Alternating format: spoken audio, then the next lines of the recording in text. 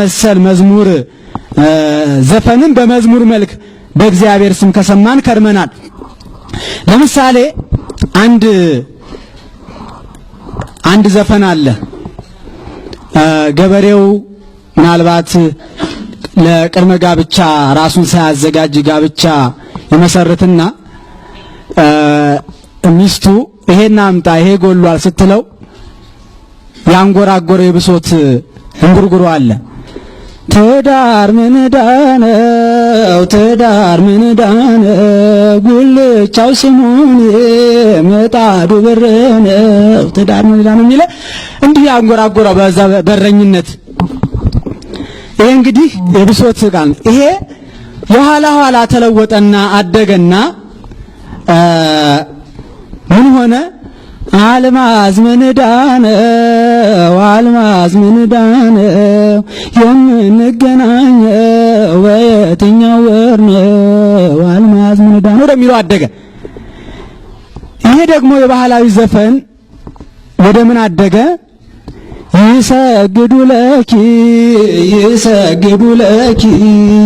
ወይት መሐለሉ በቅድመ ገጽኪ ይሰግዱ ለኪ ወደሚለው አደገ። ቀጥለን የምናየው ደግሞ እንግዲህ ቀጥታ ነው። ቀጥታ ከዘፈን የተወሰዱ አሉ። ምንም ለሃይ ሳይሸረፍ ሳይዛነፍ በፍጹም ያችሁ እንዳለች መልኳን ከለሯን ሳትቀይር ማለት ነው። እንዲያው የምሩ የአገሬ ልጆች የምሩ በአንድ ላይ ይኑሩ ሃና ዘመዴ እሷ ተስም ወልዳን ሰጠች መዳኛ። ይሄ ፍጹም የተወሰደ ነው። ሌላው ምንድነው? ቀደም ሲል ለመግለጽ እንደሞከርኩት በዘፈኑ ፈጠን ይል የነበረው በመዝሙር ደግሞ ጎተት ለሃይ ጨመርመር በላያ አንቺ አገሬ ቆንጆ የወንዜ ቡቃያ በላያ ይሄ እንግዲህ ፈጠን ይላል። እመኑ በእርሱ ድንቅ ያደርጋል ጌታ ጠላት አጥፍቶ በረድ እየመታ ውቅያኖስ ጥልቁን ፈጥኖ እያተነነ በላያ ይሄ እንግዲህ ኃይለ ቃሉ በራሱ እመኑ በእርሱ እና በላያ በራሱ እጅግ ያጠረ ስለሆነ ለዚህ ለኃይለ ቃሉ ለዘሩ ምቹ እንዲሆን ተደርጓል ማለት ነው። ሌላው እንደዚሁ አሁንም ደግሞ ፍጹም የተወሰደ ነው። ማርያም ድንግል ንጽሕት ምልዕተ ጸጋ ደስ ይበልሽ ይላል። እንዴት ከርመሻል ያለሜ ተኝቻ የውሽ ሌሊት በልሜ። እንግዲህ ይሄ በእውነት ፍጹም ነው። እንደውም እኔ አንድ ወቅት የዚህ አርቲስት አሜሪካ ውስጥ ነው ያለው። አንድ በህብረት ያወጡት መዝሙር ላይ መዝሙር የቱ ነው የሚቀልለው ጉሮሮህ ተብሎ ሲታደተው እኔ ዘፈኔን በሌላ መዝሙር አግኝቻለሁና ተውት ብሎ በራሱ ፈቃድ ይሄንን መዝሙር እንደመረጠና እንደዘመረና ያለን ማለት ነው። ይሄ ሁላችሁም ታውቁት ነው። ትዝብትነ ሆዴ ትዝብት ነው እናታችን ጽዮን ሰው ሁሉ ይልሻል ዳዊት በበገናው ያመሰግንሻል። ይህን በመሳሰል እንግዲህ ይህንን በላይ ደረጃ ወይም በፍጹም በመኮረጅ ማለት ነው። ሌላው ምናልባት ቀደም ሲል እቺን ሁልጊዜ የምናላዝንባት ናት። አማን በአማን በወላዲተ አምላክ ሁሉም ሰው ይመን አማን በአማን አደረች አራዳ የኔ ብርቱካን የኔ ጽጌረዳ አደረች አራዳ። እንግዲህ እነዚህ መሳሰሉ የተወሰኑ ናቸው ማለት ነው።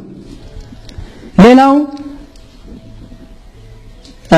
አምስቱ ሐዘናት ሳስብ እናቴን ድንገት ሳላስበው ውጥን ሳይኖረኝ የሚያስለቅስ ፍቅር በድንገት እነዚህ መሳሰሉ እንግዲህ ከዚህ የተወሰኑ ናቸው። ጃማዬ ነይ ነይ ጃማዬ ነይ ነይ ጃማዬ ነይ ነይ ጃማዬ ነይ ነይ ደስ ይበለን በጣም ደስ ይበለን በረከቱ ለኛ ስለ አስቅም በመሰረቱ ያሳዝናል።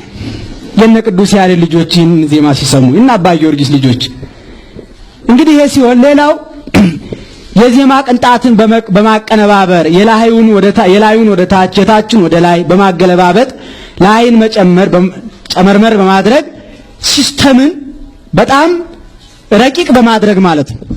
አሁን ደግሞ የመጣው ዘዴ ለምሳሌ ታምኛለሁ ላንተ ጌታ ፍጹም ማርኮ ያውለታ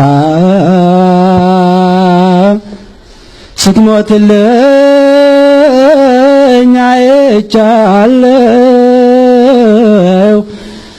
ያንተስ ፍቅር ለብቻው ነው ሚል አለ።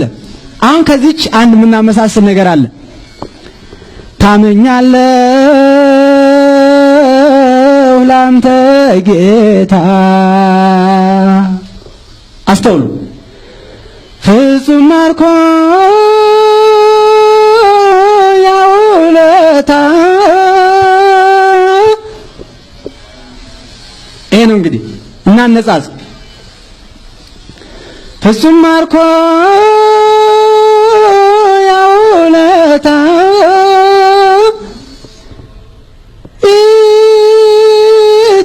ኢትዮጵያ ሀገሬ መመኪያዬ የሚለው ታምኛለሁ ላንተ ጌታ መመኪያዬ ታምኛለሁ ላንተ ጌታ ፍጹም ማርኮ ያውለታ ኢትዮጵያ እነዚህን የመሳሰሉ ብዙ በርካታ መዝሙሮችን በዘፈን መልክ ከሰማን ቆይተናል ማለት ነው። ምንድነው ያደረሰውን ጫና እናያለን። አንደኛ በምዕመናን ሕይወት ላይ አሁን ያሉት መዝሙራት በምዕመናን ሕይወት ላይ በጥቂቱም ቢሆን በጎ ገጽታ ቢኖራቸውም ቅሉ በአንክሮ ሲታይ ግን በምዕመናን ሕይወት ላይ ያደረሱት ጫና በዝቶ ይታያል። ይኸውም የመዝሙሩ ዓላማም ሆነ ግቡ የምዕመናን የባህሪ ለውጥ ማምጣት፣ ለንስሐ ማዘጋጀት፣ ወደ ሥጋ ወደሙ ማቅረብ ሆኖ ሳለ አሁን የሚሰሙ መዝሙራት ግን ለንስሐ የማያዘጋጁ፣ አድማጭን የማያርሙ፣ ሕዝቡ የኃጢአተኝነት ስሜት እንዲሰማው የማያደርቸው፣ ዛሬ መዝሙር እየሰማ ጫት የሚቅም መዝሙር እየሰማ ጠርሙስ የሚያጋጭ መዝሙር እየሰማ ዓርብ ሮብ ጧት የሚያመነጅክ ወጣት ለመቁጠር ያዳግታል። ይህ የሚያሳየው መዝሙሩ አስተማሪነቱና መካሪነቱ የደከመ ዜማውን መንፈሳዊነቱ የጎደለ መሆኑን ያሳያል። አሁን ያሉት መዝሙራት ሕዝቡ ስለ ኃጢአቱ እንዳይተክዝ በንስሐ ከፈጣሪው እንዳይታረቅ በስሜት ብቻ እንዲያጨበጭብና እልል እያለ እንዲኖር ከማድረግ ውጪ የገሌ መዝሙር ውስጤን ሰበረው ሕሊናዬን ወቀሰው የሚል ምእመን እንዳልተሰማ ግልጽ ነው። ብቻ ደስ ይላል።